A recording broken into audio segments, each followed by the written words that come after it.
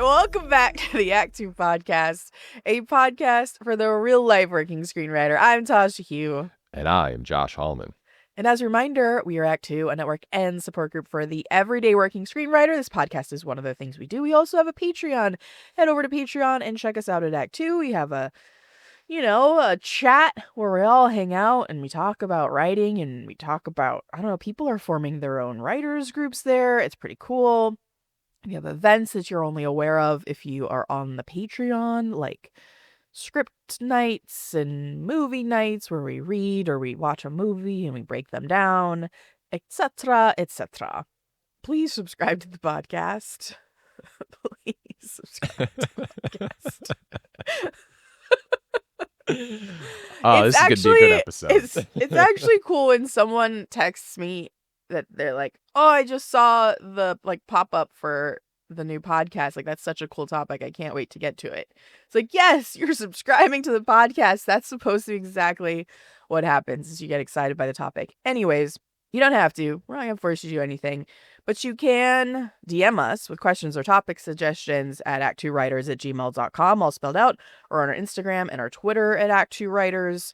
Throw us a DM. Say whatever you want. Tell us stories about what's going on. But mostly, ask us. This is a perfect opportunity to, as you're coming up, or as you're working as a screenwriter and facing something weird that you want to talk about, or not weird, I don't know, just a question that you have, because questions come up. Just send us that. We'll talk about it on the podcast, because more than likely that's something we've come up against as well. And we can hash it out together. Yeah. I'm Story Thursday on Instagram, Tasha 3.0 on Twitter. I'm Joshua Hallman on Twitter, Josh Hallman on Instagram. Okay. I have this week's in writings that I'm excited to get into. Yeah. How about you? Yeah, I've got one.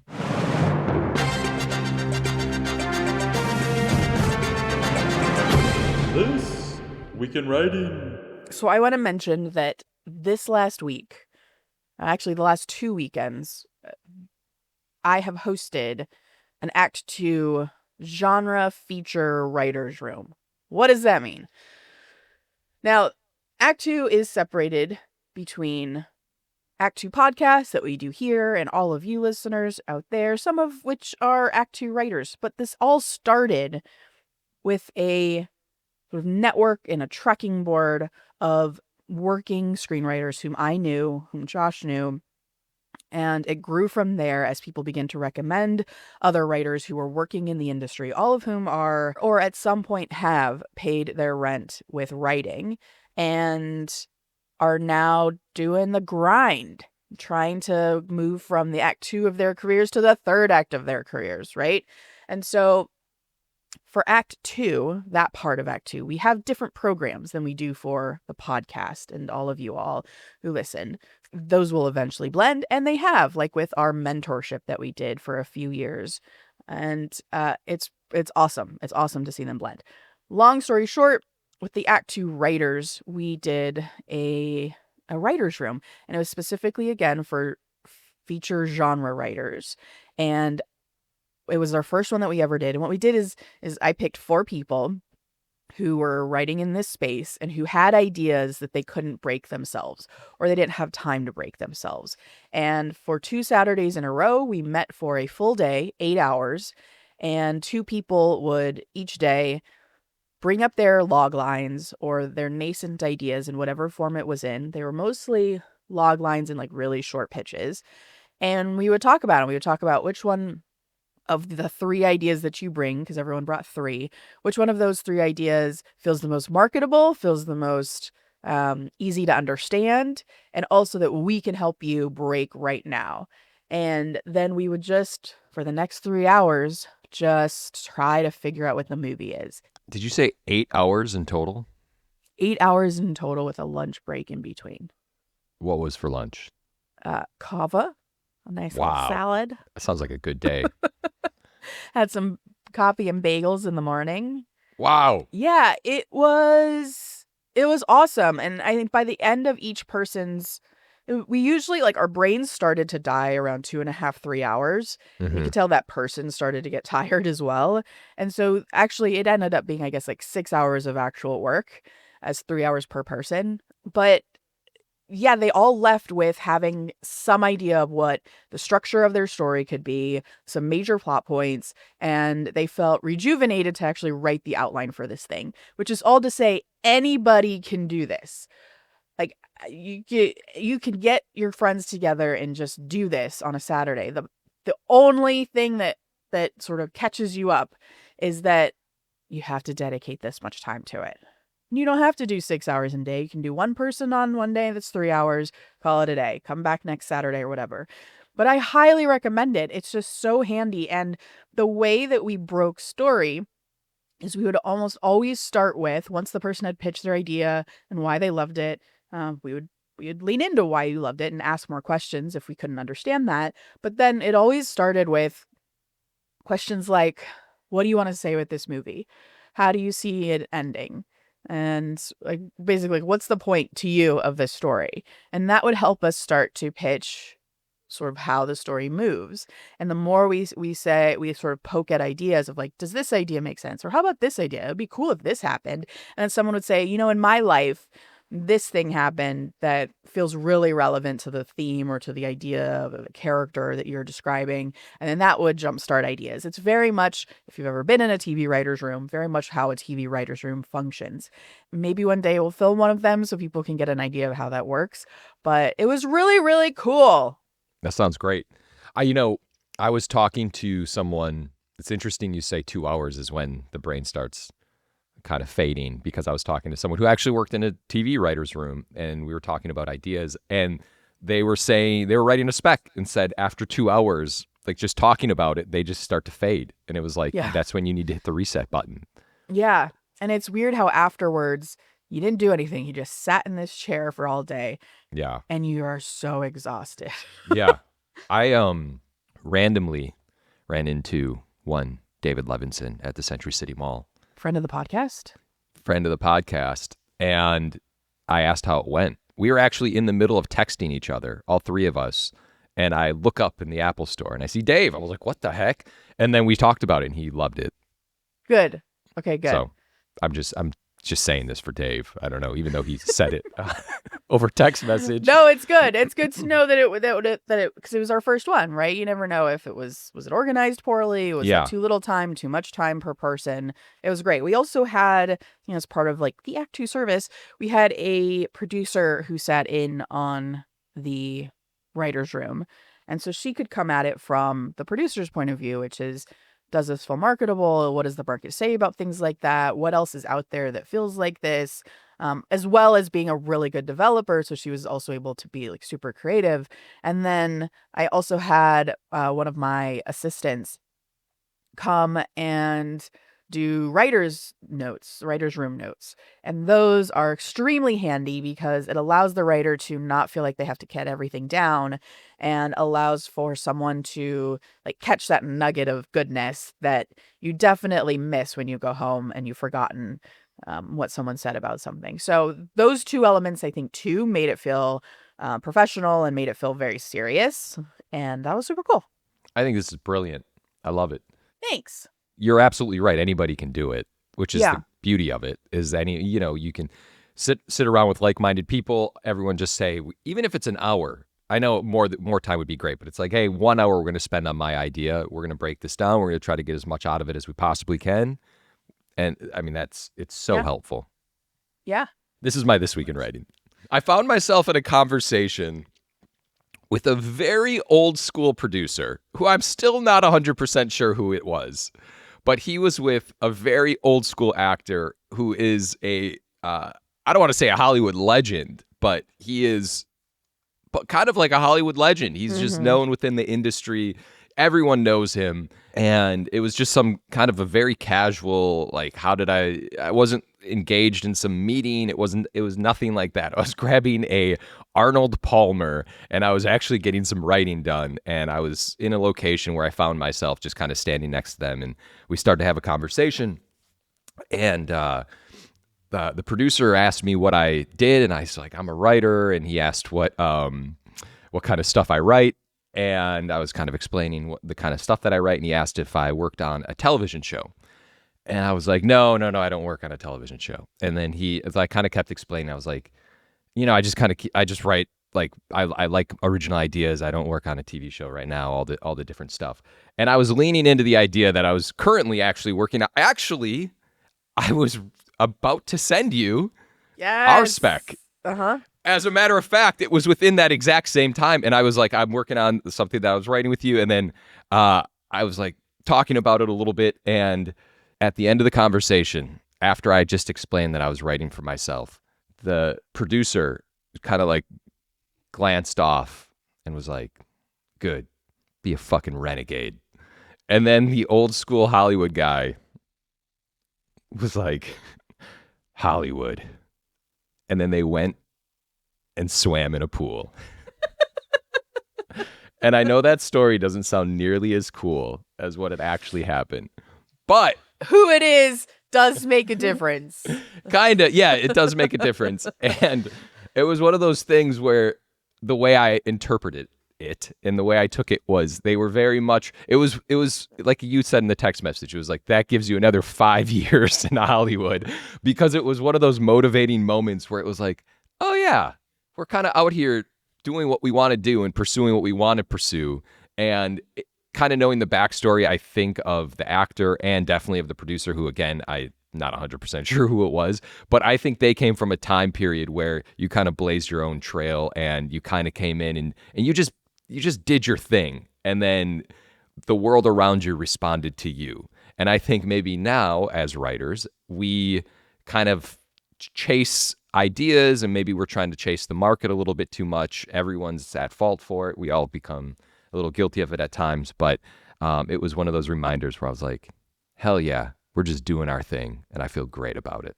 This is such a good segue into one of my this week's in writings, which we were chatting briefly about, but I was like, I have so many thoughts on this. And I think it might have been after you texted me the story. I was like, I got to talk about this, but it's too much over text. So here we are. Let's go. I have now energized on specs in a way that I don't remember how I felt, that I felt this way before. Yes. Because I've been hearing so many writers talk about their experiences on IP and in development hell, and it's just really stuck with me. And I'm talking about one writer in particular who said that she was working on a movie. It was an OWA, so she got this open writing assignment, which is great. She won the job. And she's working with this producer and a director who the director also has an executive. Uh-huh. So she's essentially getting notes from 3 different sets of people, the producer, the director, and the director's executive. And she says that she has been working on this thing for over a year, going back and forth on notes. And it's gotten to the point where she's lost track of what she even loves about this project anymore. It's just not hers. Now, keep in mind, this is a studio movie. She has not seen a single studio note yet, because the producer and the director and the director's executive have so many notes before going into the studio, because they're afraid that if the studio gets a bad draft, the studio will just axe the project, which is entirely possible. But here she is, quote unquote, writing a studio movie, and the studio hasn't even seen her draft yet after a year and a half. So she has become very passionate about not taking another assignment, but writing her own spec, because she's, as she said it, she's like, I can just sell it, give the studio the draft and say, see ya. Like, if you want to rewrite it, have someone else rewrite it. But I'm like done with this idea. I can't be in this world anymore. I'm just so tired. But she's basically at this point where she's going to lose her health insurance, even though she's been working on this very real project, because if you don't deliver it to the studio, you don't get paid. That's who pays you. So, Now, this is not to say that there aren't other uphill battles and other note development hells you'll get into on a spec, but on a spec you just have a lot more control over whether you say yes to notes or no to notes, because it's yours, it's your IP, it's not anyone else's. You have more power to say, this is it, this is the script. And I think original material just gives you so much more power also over your career. And I'm in this weird place where I want to grow my career. I want to work at bigger studios. I want to do bigger movies and bigger shows. And I have samples, but none of them are right, Josh. Like, and I'm just going to go through it just so people know what it looks like. I have an old feature called Black Bell that got me all my first meetings. I have a rom-com that I wrote in grad school that we never send out because it needs a lot of revising, because I wrote it in grad school. and because I'm not trying to get rom-com jobs. I have the Red Sonja script and I have the Naruto script, which I think are the only two feature specs I have that I'm really proud of, enough to send as samples. But just to talk it out, there are other feature scripts that I've completed that like I just can't send out for various reasons. So I have this big fantasy action adventure that I wrote for WB, which is my first ever paid job. And it's okay because it's my first ever paid job. I've grown a ton since I wrote that, so the sample is super outdated. The second job I ever wrote was a historical biopic of Cyrus the Great. It's also okay. I'm proud of it, but because it was a writing assignment, it's a lot of what the producers wanted in the movie and less what I wanted in the movie. Plus, I've grown as a writer since then, so can't use that. I have this twisted modern day Alice in Wonderland script, which I loved the idea, but I could never in the end figure out how to make it as cool as I think I imagined in my head. So that's not a great sample. That was also an assignment, so it's also pointless to go back and try to fix it because the producers, I can't sell it without those producers, and the company has since disbanded. So can't do that. By the way, that's a very real thing, an interesting point you bring up, because yes, there are scripts. That's a perfect example where we work on, and then it's with a company that's just gone. But then the producers have given you a million notes on it over time, but it's yours, but no one's working on it, and it's just like a dormant script. Yeah, exactly why I wanted to bring these examples up, because it's not like I haven't been working for the last however many years. I've been working so much, but none of these scripts are usable. It's funny you say this because in my head, I feel like you have other scripts that I really enjoy that are specs.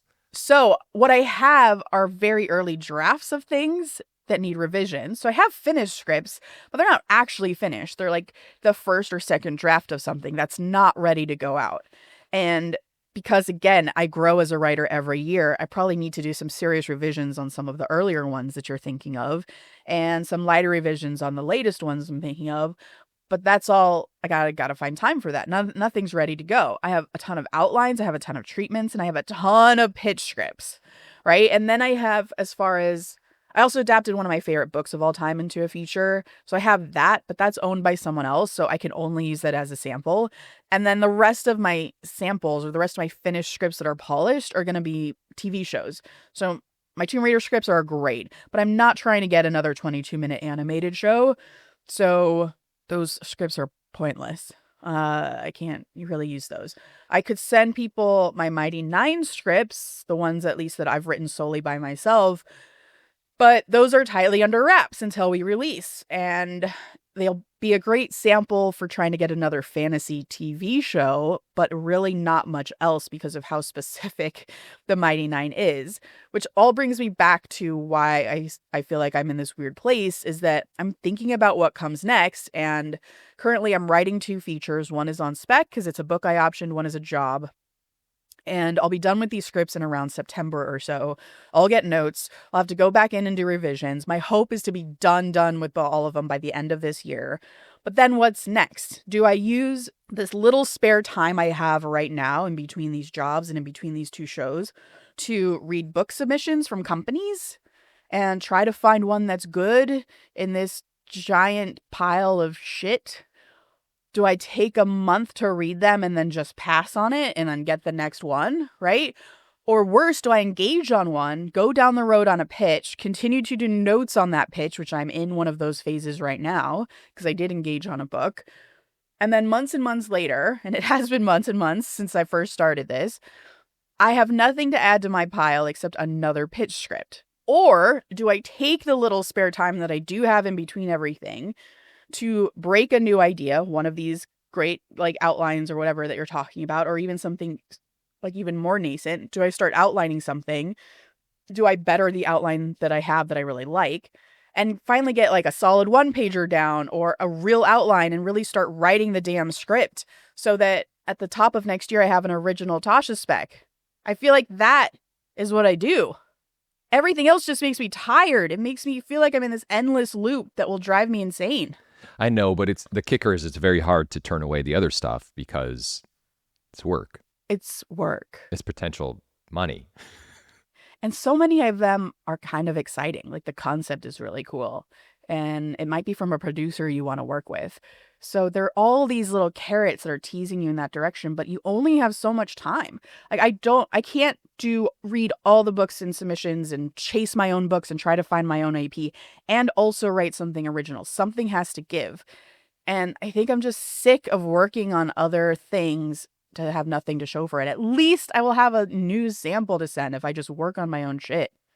Yeah, it feels like what you're saying, which I think everyone should have, is like that one thing of theirs that kind of cracks open that door and leads to the whole other area of being like, this is my very specific me script. Here it is. This is not based off of anything except for my own ideas. Here you go.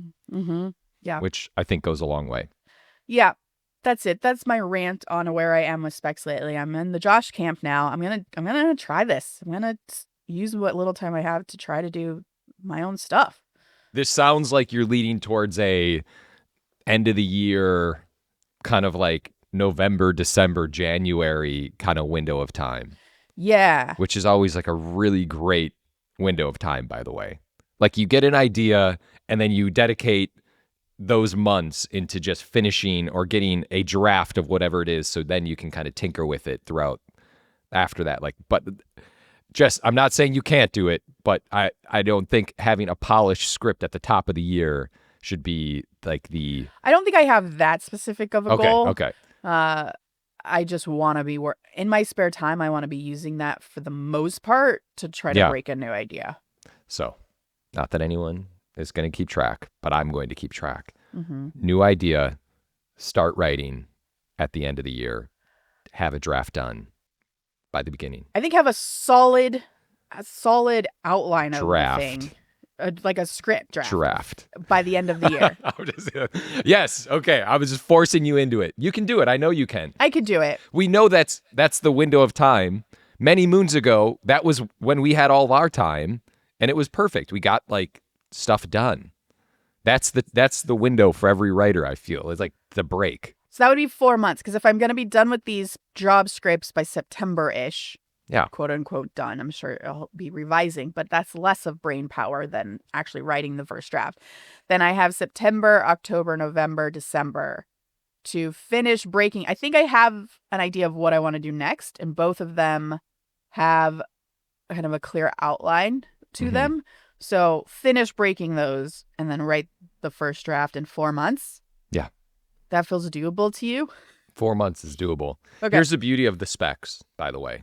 The beauty of a spec, in my opinion, is because it is your idea. It's like your child. Once you have your outline and once you feel good about it, you get excited about it. And you're then moving forward and you're working on it and you're constantly thinking about it. And it's one of those things where you're like, I want to get this done. Not because I have a deadline for a job. It's because if I don't get this done, I'm going to fail myself because I love this idea so much. That's what I love about specs. That's true. All right. You heard it here first. Mm-hmm. I have one more and it's shorter. Can I do my last this week in writing? Lock it up. Go. Okay. So this comes as a question from a friend where I told her to meet at Lifetime or Mar Vista, two companies that hire a lot of non-WGA writers as well as WGA writers. And it's a place that I know that a lot of WGA writers will work for in between the kind of, more elevated movies they like to write. It's kind of like a day job. But, I'm sure you guys are aware of how many movies Lifetime alone just pumps out every year, especially around Christmas.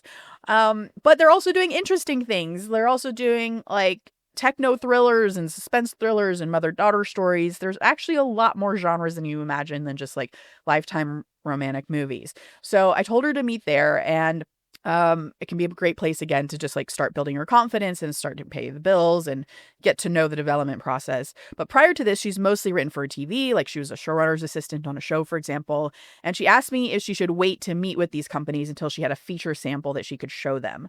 And I thought that was a really good question. But my answer was absolutely not. That you have a TV sample, so send that to them, or have your manager in this case send it to them. They will read it and they will decide if they want to meet you based on that script. And maybe they will ask your rep for a feature sample on top of that. And if they do that, it's because it's usually they're not quite sure that this TV sample you sent is enough of a representation of whether you could actually write one of their movies. So they're it's good enough that they're curious about you, but it's not quite convincing them yet. So they need another sample. And then in that case, they may ask for a feature sample. And now you know what to prioritize because she doesn't have any feature samples currently ready to go. But more than likely, they will meet you off of your TV sample. Like I just met at Disney recently and they read a TV sample. And they obviously do movies. Well, not obviously. I met with the Disney features section of Disney. And then if you meet with them and then your features come up like, hey, what are you working on? You just kind of fudge the truth a little bit, right? Like Josh and I have definitely done this. You just say, I'm working on this idea. And you kind of pitch it because she has scripts. They're just not ready. Yeah. So you kind of pitch that idea and you say, I'm super close to being done. Of course. Like I've told people like, oh, I'm just buttoning it up. And it is not even in an outline form, right? So yeah. So, and then the thing is if they respond to any of those ideas, they're like, oh my God, like, when are you going to be done? I would love to read it. Now you know what you prioritize, right? So it's a win-win situation. That is my recommendation in that scenario. Never, I think, prevent yourself from moving your career forward because you don't have a sample or you don't feel prepared for that thing. Go for it. Yeah, I completely agree. All right. Main topic. Josh doesn't always do this, understandably, because it doesn't make much sense. But we are very late in doing the Are You Excited for July, and we apologize for falling behind. We had to guest. I'm not going to make excuses. I just did. But we are very excited about summer movies, and I couldn't let us go through July without at least doing a summer movie. July, Are You Excited? So, are you excited? Are you excited? This is actually a good way to do it because now we can look back because we were going to do, we love summer movies. We talk about this all the time. And this is a good way to kind of, we're testing new waters. We're seeing if we, do a retrospective of July. Yes. I'll see how many of these you've seen already. All right. July 2nd, Jurassic Park Rebirth came out, written by David Koepp, who did, among many other things, Indiana Jones, Spider-Man, War of the Worlds. Directed by Gareth Edwards, who did The Creator, Godzilla. Josh? Yeah. Of course I was excited. Are you freaking kidding me? I saw it opening weekend. I made my daughter come with me, who, without question, this was the scariest Jurassic World. And I was like, Amelia, you're coming with. And she loves dinosaurs. And we got into the movie and she already off the bat, like within the opening scene. Have you seen it, by the way? No, not yet. Were you excited? I am excited. And we were set to go last week, I believe. And then I just had so much work to do that Paul refused to let me go because he's like, you're not going to be working till 2 a.m. Just do this so you go to bed at a normal time. So we canceled it, but no, it's on our list. Well, anyway, it was it was Jurassic World. Was she scared? Did she do okay? Oh yeah, she was scared. She was turning away a lot. It's like a monster movie. Like, I mean, all Jurassic Park movies are monster movies, really, if you break it down. Absolutely. But this was a monster movie. Oh, wow. Okay, cool. Yeah. Where do you feel like it fits in the pantheon of Jurassic Parks? That's a very complicated question, Tasha, and I don't, we could do it. Well, listen, I just don't know where Jurassic Park goes from here, because all of the Jurassic Park movies are pretty much the same thing in one way, shape, or form. As a matter, I actually like the Jurassic World, like the last three. Yeah. And I thought they were really interesting, but like all this was the first time I kind of looked at it and I was like, okay, where does this go from here? Oh, interesting. Yeah, because it's all kind of like, oh, there's DNA on an island, we need to extract it and kind of sell that, and what are we going to do about it? How are we going to get there? So it's complicated. Okay. Very complicated. If you don't know, Josh is a massive Jurassic Park fan, like OG book. Yeah. To now. So yeah. Okay, we'll talk more after I've seen it then. We could do a whole podcast on it, like honestly. Maybe we will. All right, July 11th, Superman came out, written and directed by James Gunn. Are you excited? We both saw this, correct? We have both seen this. I saw it this last weekend. Okay.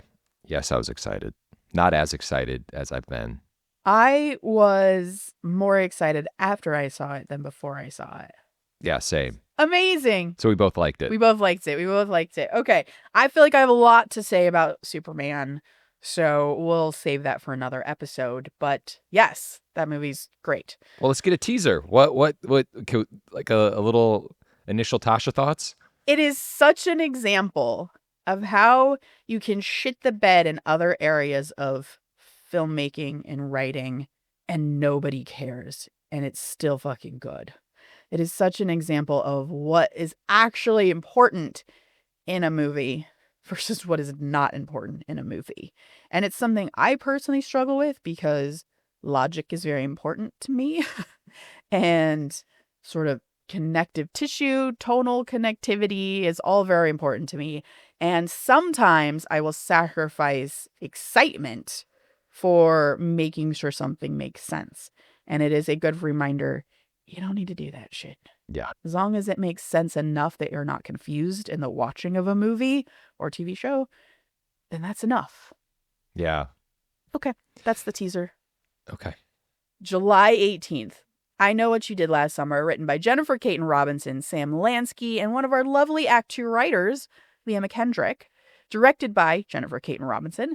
This is the fourth installment of the franchise. And fun fact, Joshua, this movie began development in 2014 with, you'll never guess, Mike Flanagan and his occasional partner, Jeff Howard, who's a friend of the podcast. Yes. I actually knew that.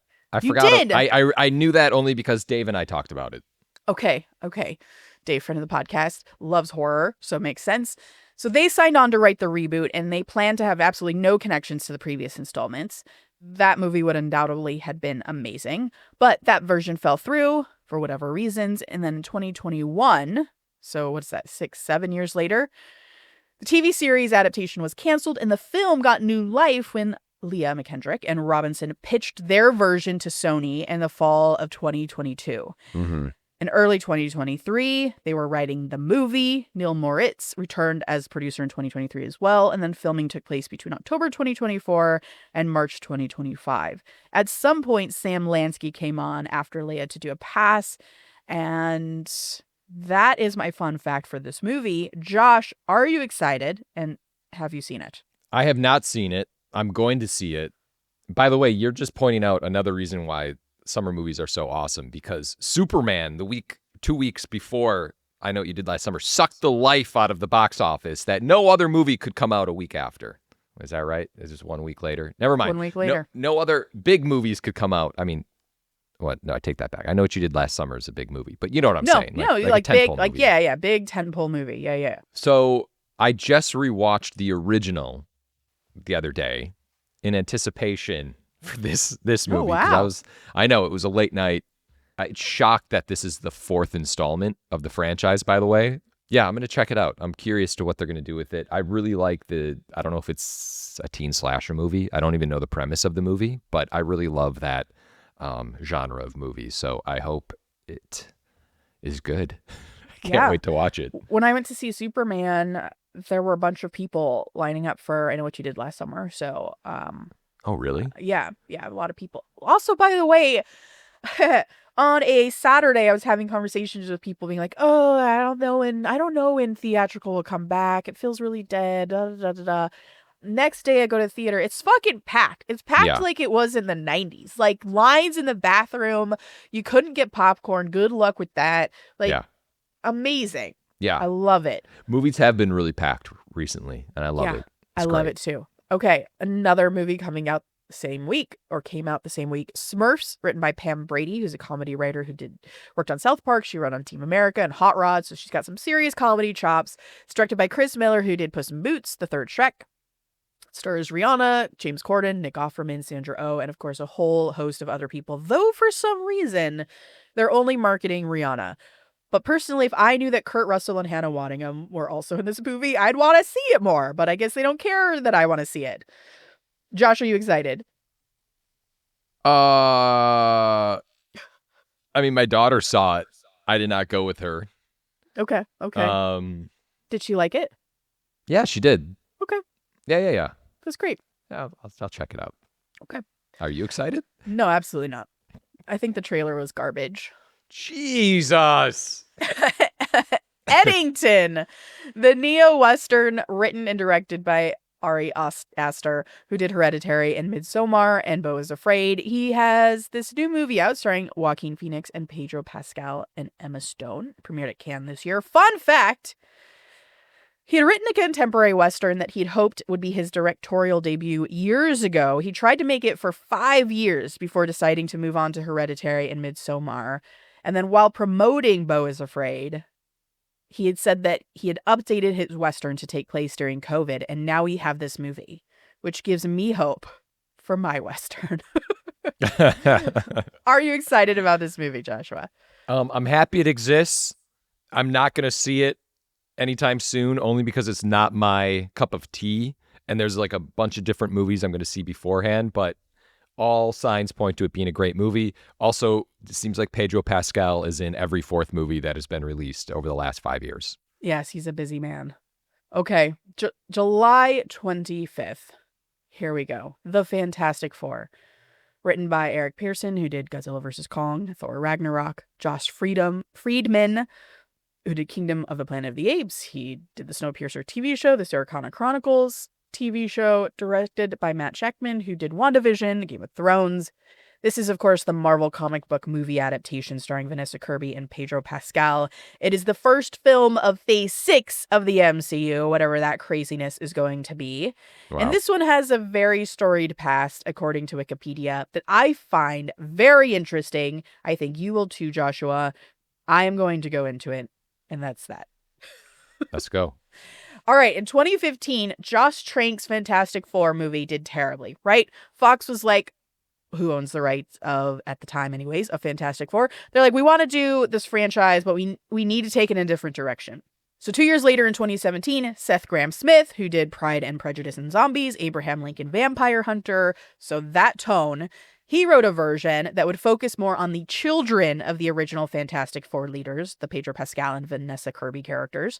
Wow. And that was apparently inspired by a run of comics from 2004 to 2009. So it was based on the actual IP. So he did have the Ben Grimm and the Johnny Storm characters. This movie was more of a kid-centric, closer to the Incredibles type of movie, which was great for Fox at the time because they wanted to move away from the Josh Trank movie in 2015, which is a bit darker. Then according to Wikipedia, Josh, this is why I had to tell the story. Grahame-Smith's script was based on a script by your boy Carter Blanchard, who had written a movie based on an entirely different IP, which was a children's book called Kindergarten Heroes that was written by Mark Miller, who had consulted on Fox on some of their previous Marvel movies. He was a comic book writer, is a comic book writer. That was fascinating to me, that someone could base their script on just another script that Fox owned. Like Fox said, this script, like I imagine it went like this. Grahame-Smith pitched his idea. This is what I want to do. And someone at Fox said, we have a script similar that is dead that we're never going to make that seems similar to what you're talking about. Read it. I think it could be a good example of how this movie could function. That's how I imagine it went. Yeah. Here's your script. Not good enough. We have this other script by Carter. Read this script. We think you can adjust it. Why wouldn't they just ask Carter to write it? I'm talking like Carter and I know each other. We don't know each other. I just really like his scripts. His scripts and Twitter are awesome. Yeah, I mean, your lips to God's ears, you know? That's just how the studio thinks. We should talk about this. Okay, then in 2017, Noah Hawley, who created Legion and The Fargo Show, was hired to write a completely separate movie about Victor Von Doom, who's now being played by Robert Downey Jr. and is the Fantastic Four's primary antagonist. Then, in 2019, Disney notoriously, of course, acquired Fox, and all of those versions that people spent so much time on were now completely scrapped. And instead, Kevin Feige announced they would be developing their own Fantastic Four film within the MCU. And in 2020, he put John Watts, who had directed the first 3 MCU Spider-Man movies, on the Fantastic Four movie to direct. They began to meet with writers the very next year in 2021 in February. But by April 2022, 1 year later, John Watts steps down because he's like, I'm so fucking tired of superheroes. Mm-hmm. And he went on, of course, to do the George Clooney Brad Pitt movie, Wolves. Yeah. Underrated. Underrated because I haven't seen it yet. And that is a crime, given I love both of those actors. By August 2022, Matt Shakman was in talks to direct, but it was an ODA. So apparently Matt was up against a few other high-profile directors. And his pitch was that he wanted to tell a very family-centric movie, with Pedro Pascal and Vanessa Kirby becoming parents after being, famous superheroes already. So it's not like the origin story of Fantastic Four. I feel like, and he felt like, we've heard that story before and we've seen it. Let's start somewhere further along, which is what Superman does. And I think that is also a topic of conversation when we talk about Superman. Apparently, also interesting, one of the things that sold his pitch to execs in the room was that in his pitch, he showed a picture of himself holding his newborn daughter in a meeting. And that was like, oh, this man must clearly understand the family-centric aspect. He's going to be able to do this movie. At the time, Matt had been attached to Star Trek, and one of the new Star Trek movies coming out, which I didn't know was in development, and I'm really excited about. But then he dropped out to do Fantastic Four because he was so excited by this opportunity to focus on family, which to me felt quite ironic, given he had just had a newborn baby girl and decided to take a directing job that would take him away from his baby girl. But that's show business. Now we go back to the writing. Jeff Kaplan and Ian Springer were writing the script already before Shakman even signed on. And the goal is to have them, once Shakman's deal was done, to align their visions and get on the same page. But instead, in March 2023, they fired them and hired Josh Friedman to do a rewrite. And Hollywood Reporter said this probably meant there was a tonal shift because Josh Friedman is known, of course, for those more serious sci-fi things. I mentioned Snowpiercer before, while Kaplan and Springer are more comedy writers. So that's presumably what happened. Friedman came on maybe to do a pass. We don't know. Maybe it's to do a pass to make it more serious. Maybe it's to rewrite the whole thing. We'll have to get those scripts to really know. And then apparently Adam Driver and Emma Stone were originally attached to star, but Feige didn't want to spend that much on talent, so they went back to the drawing board on that. And Eric Pearson came on in 2024, who is known in Marvel as being able to get movies right over the finish line and green light ready. So he was hired to polish the script. But while he was doing that, or maybe slightly before, my last interesting point about this movie is that once it was all cast up, there were 3 weeks of rehearsals where the actors worked with the director and worked with Josh Friedman to better define the relationships with each other. And Pedro Pascal had been interviewed saying that it felt a lot more like working on a play at that stage, and the script felt more fluid. They were able to make changes on the dynamics between characters, with, of course, the writer in the room able to make those adjustments on the fly as they were finding things in that 3-week rehearsal process, which I think is fascinating as a writer. Yeah. Now I'm done. Josh, are you excited? Very much so. I'm seeing it this week, which is the week after it just came out. It just came out this past weekend, and I hope it does great. What I love about everything you said, and also the look of it, like the retro futurism type feel, I think is going to be really cool. But something that I appreciated about Superman, which is interesting about Superman because it has this big world built into it, but it seems like what this movie, the Fantastic Four movie, is also going to have kind of a singular story, which I really appreciate because I think some of the Marvel movies got away of this big connective tissue. They got away from just stories a little bit. I'm very excited, in short. I want to see where it goes. I have a little bit of the superhero fatigue, I'm not going to lie, but I am excited to see what happens in this movie. I'm feeling rejuvenated on the superheroes, actually. So Are you? Fantastic Four will hopefully continue that streak for me. Yeah, Thunderbolts was awesome. Superman was great. This looks like it's going to be really good. Yeah. I feel ready for more. Yeah. We should definitely talk, like you're talking about Superman. We've talked about how much we love Thunderbolts.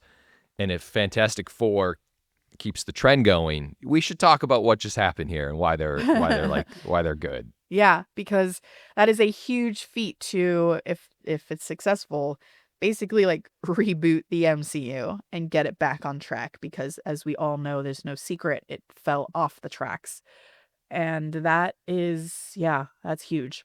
Okay, that's the Are You Excited for July? Again, apologies that it's late, but all of those movies are still in theaters, or should be, by the time this episode airs. So go see them in theaters if you can. Go support the movies.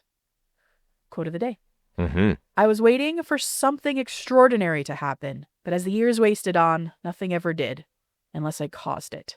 Charles Bukowski. Please remember to rate and subscribe. Follow us at ActTwoWriters for more awesome writing stuff. You can follow me, Tasha, at Story Thursday on Instagram or on Twitter at Tasha 3.0. I'm Joshua Hallman on Twitter, Josh Hallman on Instagram. And as always, the Act Two podcast is a production of Act Two, a network and support group for the everyday working screenwriter. This episode was edited by Paul Lundquist.